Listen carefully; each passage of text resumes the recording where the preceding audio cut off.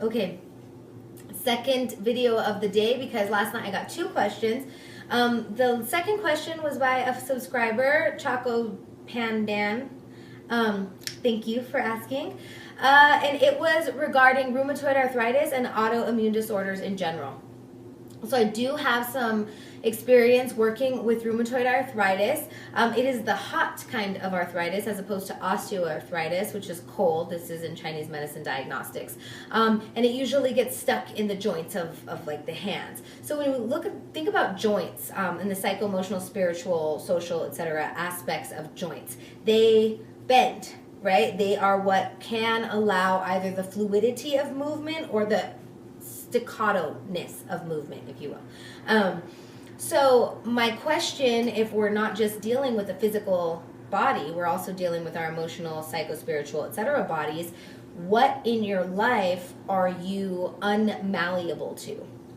If your joints are inflamed, what kinds of inflammation being anger? One of my teachers talks about anger as inflammation and showing up in the body, and you want to pay attention to where it shows up. So where is the inflammation? If it's in your knees, it's like an ability to like move forward, depending on the right or the left, masculine or feminine. If it's in the hands, your hands open from your heart meridian, and your pericardium. So are you able to freely offer? Are you able to freely receive?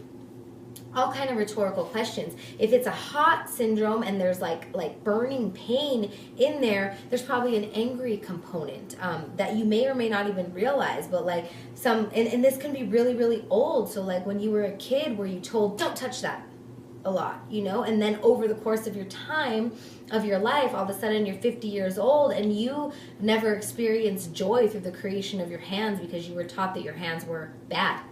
Okay, so there are like all kinds of different psycho-emotional, spiritual things that we can bring into this.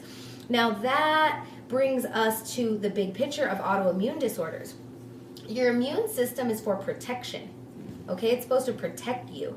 So when there are contradictory inputs that are disallowing you from protecting yourself, there is going to be contradictory inputs in your body's ability to protect itself. So what ends up happening is the body's own protective mechanisms turn on themselves.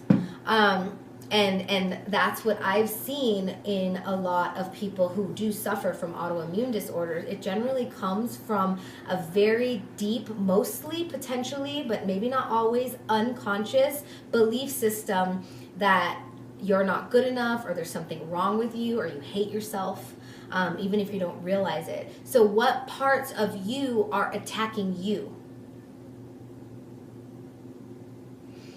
It's a lot to stomach, I know. From a physical standpoint, and go back, it's lot less deep to talk about it from a physical standpoint.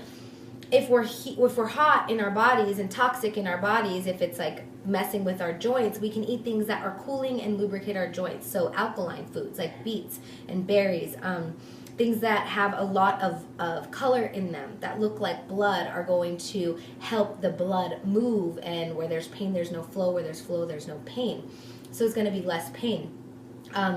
Things that have a lot of natural juices in them, so good fruits like mangosteens, love those things, or even tomatoes, lemons and limes. It depends on what your underlying etiology is, like what the cause of it is. Remember, it's different for everyone. A good book I recommend everyone buy is called Healing with Whole Foods by Paul Pitchford, like pitchfork with a D. I have that book somewhere around here, but it's like falling apart because I use it all the time. Super wonderful for understanding Chinese medicine theory and recipes for different illnesses. It's super great. But honestly, when it comes to autoimmune disorders, I honestly go straight to the psycho-emotional, spiritual stuff, because that's going to manifest in your body. And generally, it has to do with like being able to protect yourself from outer influences or not, as the case may be. One of the people I treated, I would give her like acupuncture and herbs. And they would give a little bit of help, but we worked with each other for a while, and it ended up coming out that she had gone through a really painful divorce that included adultery with one of her best friends that her husband then left her for, and then he forbade her to cry about it in front of his son. So she's just holding all of this pain without being able to express it, and holding all of this anger at this man and at this woman and at the inability to express it, and like her hands could no longer give or receive.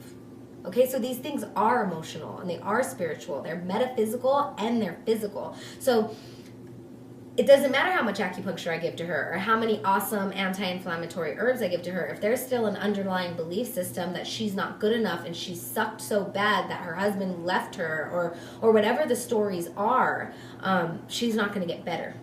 Okay, so we can definitely talk a lot more about this. I would suggest, friend, that you go to a practitioner who can address things on the mental, emotional, physical, and spiritual levels, so that you can really work with that. And if that's not one practitioner, and that's a few practitioners, go ahead, work with the MD, but go to your curandera, okay? Work with the massage therapist and work with the psychiatrist.